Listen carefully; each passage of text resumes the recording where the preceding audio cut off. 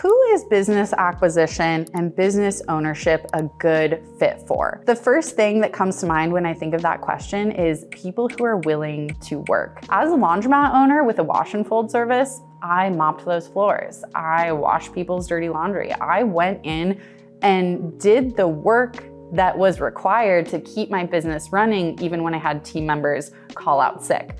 Now, the type of work you do on a day-to-day business as a business owner does depend on what type of business you have and how large it is. And one of the reasons that I sold my laundromat is because I wanted more flexibility to travel. I didn't want a business that required me on the ground on a day-to-day basis so much. And I do think there is a truth that when you own a larger business and you have more team members and you have more management layers in place, it's less likely that you as a business owner will need to step in on a day-to-day basis. You know, like if I owned a $2 million commercial laundry facility, it's a lot less likely I'm going to need to step in on any given day and wash and fold laundry. But there are going to be other problems that come up. What if I have a manager who needs to take time off?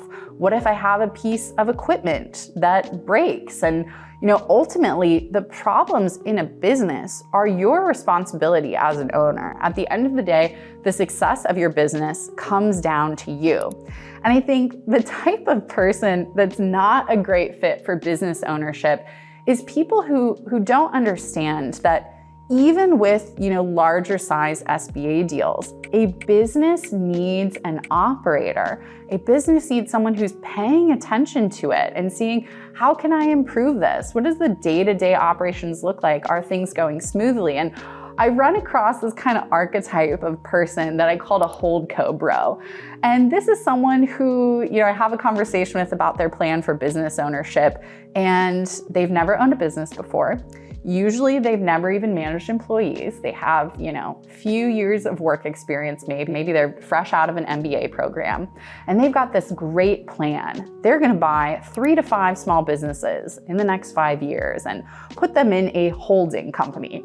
And look, there are people who are very successful with a holdco strategy. They tend to be people with more experience and more money, but this strategy can be successful. The problem I see for people who are light on experience and light on liquidity is they're thinking about business ownership from this big perspective before they've even operated a business, before they understand what it means to be an operator. And they're focused so much on the financials. A lot of times, they're focused on the return for their investors. They're focused on EBITDA or SDE or their ROI. And those are not bad things to be focused on. You should have a certain level of financial understanding about a business. But I think oftentimes what I see these people overlooking is that business is about people. Business is about the people who make up the day-to-day operations. It's about knowing how to manage those people. It's about knowing how this business actually works, right? If you've never, let's say worked in waste management and you want to buy a $4 million waste management company, sure, the financials could look great. You could be really excited about that. Do you know how that industry works? Do you know how to best hire people for that industry?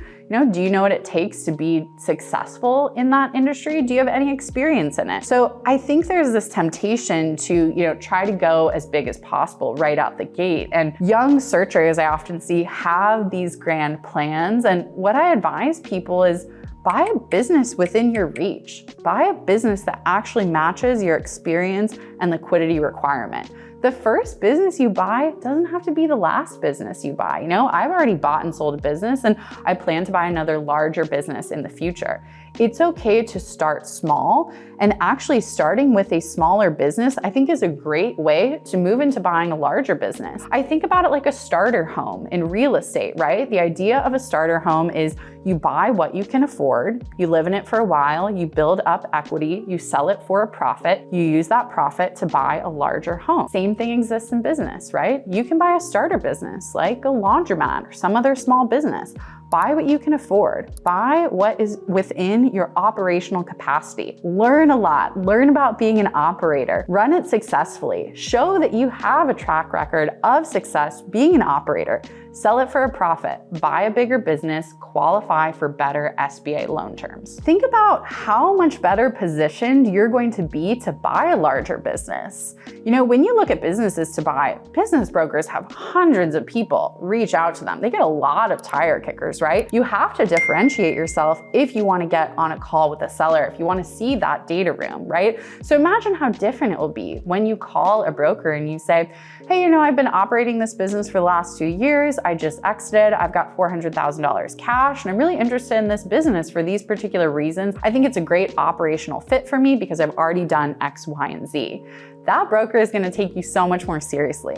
Imagine going to an SBA lender where we know one of the most important things SBA lenders look at is your operational experience. If you've already successfully bought, operated, and exited a business, SBA lenders are going to be so much more excited to work with you because you already have a track record of success. You can say, hey, look, I grew this business. I improved profitability. I sold it for a profit. And now I've got a couple $100,000 to work with. What can we do here? They're going to take you a lot more seriously, and it's a lot more likely you're going to qualify for favorable financing terms. It's more likely you'll be able to use a seller note towards your equity injection. You may not need to put as much cash into the deal because of your experience level. So know that it's okay to start small, and just because you start small doesn't mean you can't go big later. Do you have any other questions about SBA loans or the business acquisition process in general? Make sure to leave me your questions in the comments and I'll answer them in future content. And if you're enjoying these videos, make sure to subscribe to my channel. Check out the links in my show notes below to see how you can get in touch with me to talk about business acquisition financing.